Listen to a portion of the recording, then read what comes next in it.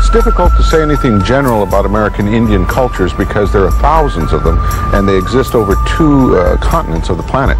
There are over 200 languages still utilized today and over 500 tribes throughout North America alone that have very similar yet very distinct spiritual and cultural value systems. If there's anything that can be said in general, it probably is that ghosts, or the word ghost, has a negative connotation.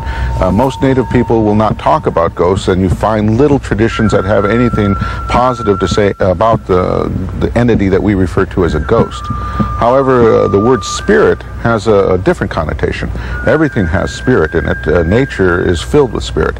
Spirits are around us at all times. The spirits of our ancestors we call upon for strength and acknowledgement. And the idea of helpful spirits and familial spirits are certainly well defined within Native traditions. Yet the idea of a ghost is one of a corrupted personality, one that can be infectious, one that can cause sickness if one is nearby. There is a notable exception to the negative perception of ghosts by Native Americans, and that would be in the case of the 19th century ghost dance.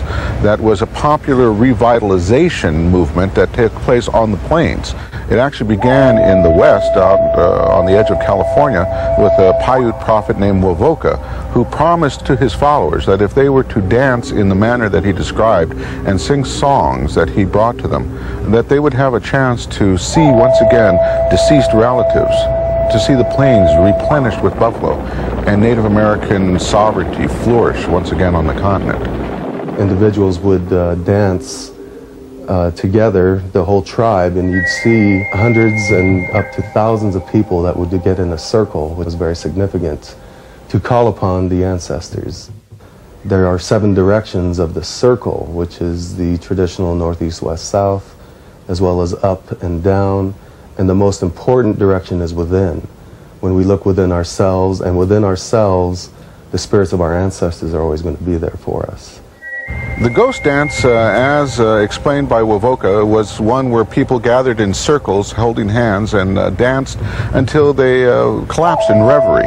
They adorned themselves with shirts that had special markings on them that were recognizable to other practitioners and were referred to as ghost shirts.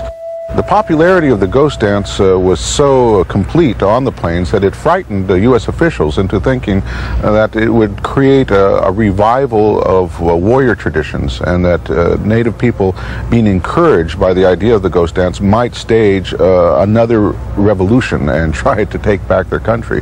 So the ghost dance was literally outlawed by the United States government, and practitioners were persecuted by the U.S. Army. The worst example of this came at the Battle of Wounded Knee, which is considered to be the end of the American Indian sovereignty period in the United States.